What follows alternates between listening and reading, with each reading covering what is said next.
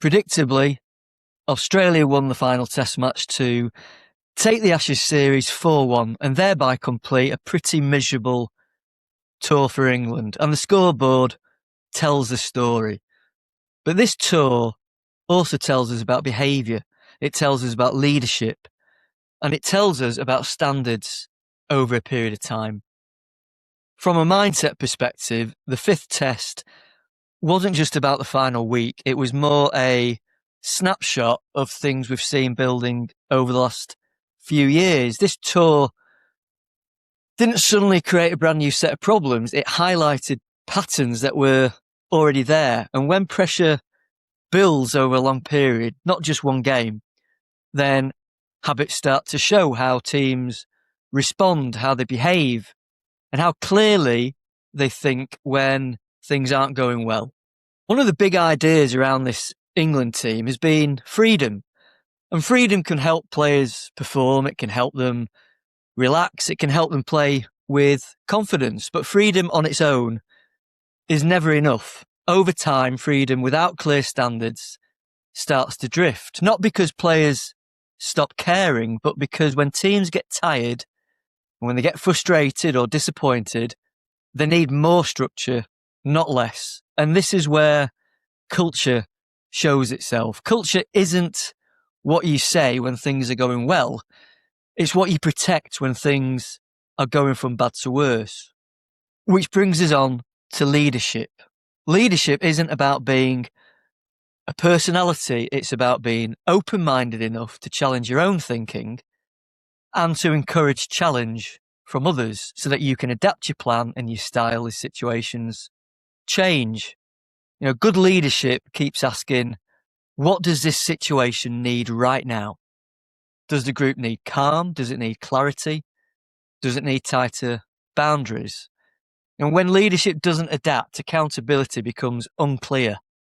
And when accountability is unclear, problematic behaviours start to emerge.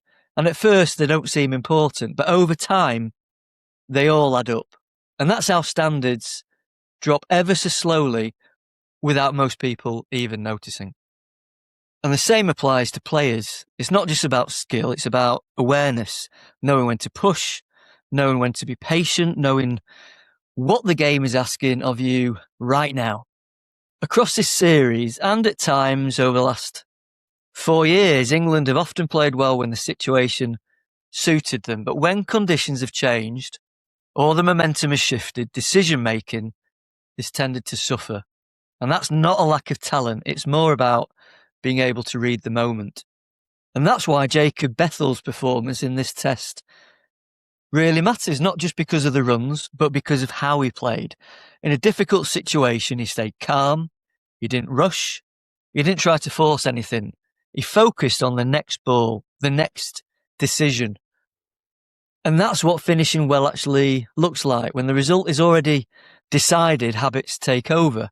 And his habits stood up to the test. So for me, there are 3 big lessons to be learned from this Ashes series. 1, freedom works best when it sits inside very clear standards. 2, leadership matters most when situations change. And 3, the best players are the ones who can read the moment and adapt accordingly. That's true in Test cricket, and it's also true for young players, it's true for club cricketers, and also coaches too. So here's a very simple question for you to reflect on. When things don't go your way in training or in games, how do you want to respond? Because over time, those responses will become your habits, and those habits will shape how you perform when it really matters. So thanks for watching. And if you'd like more conversations like this, then please do head over to the brand new Cricket Mind podcast.